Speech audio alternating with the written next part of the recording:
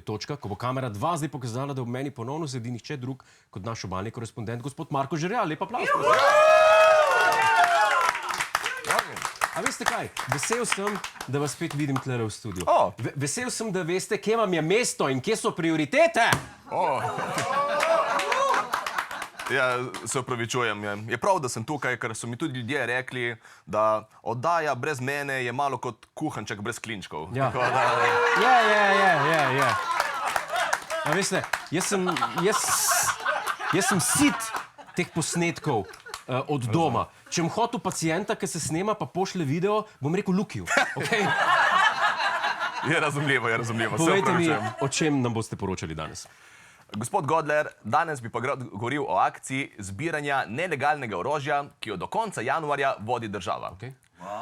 Ja. Če kdo ne ve, še do konca prihodnjega meseca lahko kdorkoli si lasti nezakonito orožje, to preda slovenski policiji brez pravnih posledic. To smo jaz.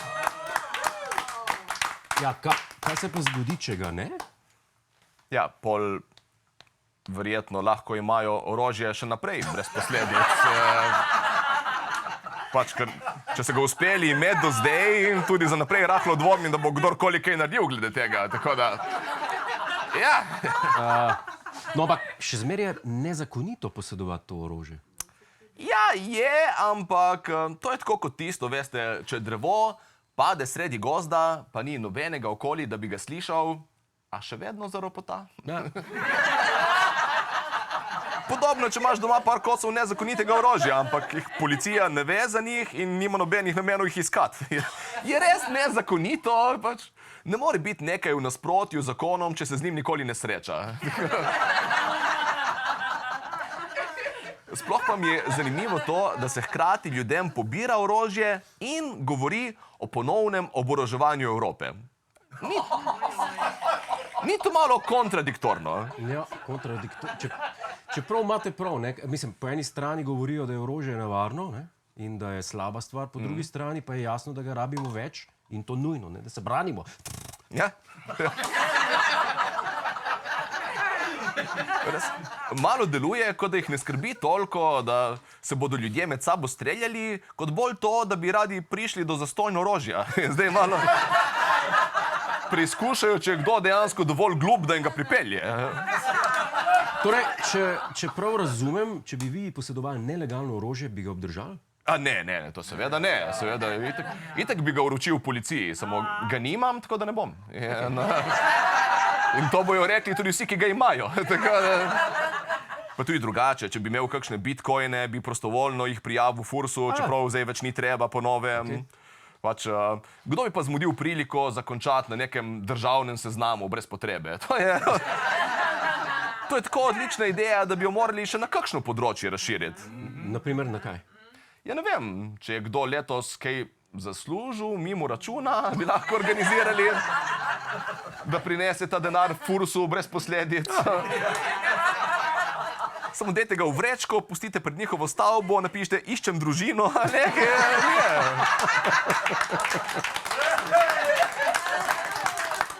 Ali pa lahko bi vsi, ki so diplomirali s plagiatom, vrnili svoje diplome in se jim malo pogleda skozi prste.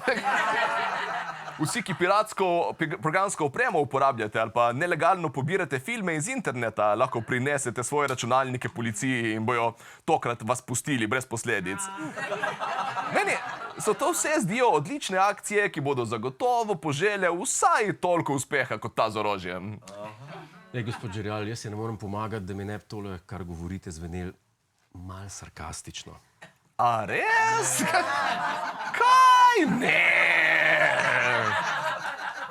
Ne, res. Ne. Malenkost res. A mislite torej, da nihče ne bo nosil orožja policiji? Ne, jaz res mislim, da ne, iskreno. Če so do zdaj uspeli zdržati, da ga niso naložili v avto in peljali v nek gozd, nekega po moje tudi policiji ne bojo. Edina šansa, ki jo vidim, da bi kdo dejansko kaj pripeljal, je, da se spet najde en majster, ki izkoplje kakšno bombo iz druge svetovne vojne in jo naloži na tovornjak.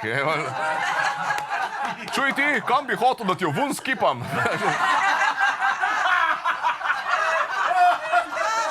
Kaj se smejete? Kaj se je? Še kazni za povzročitev splošne nevarnosti.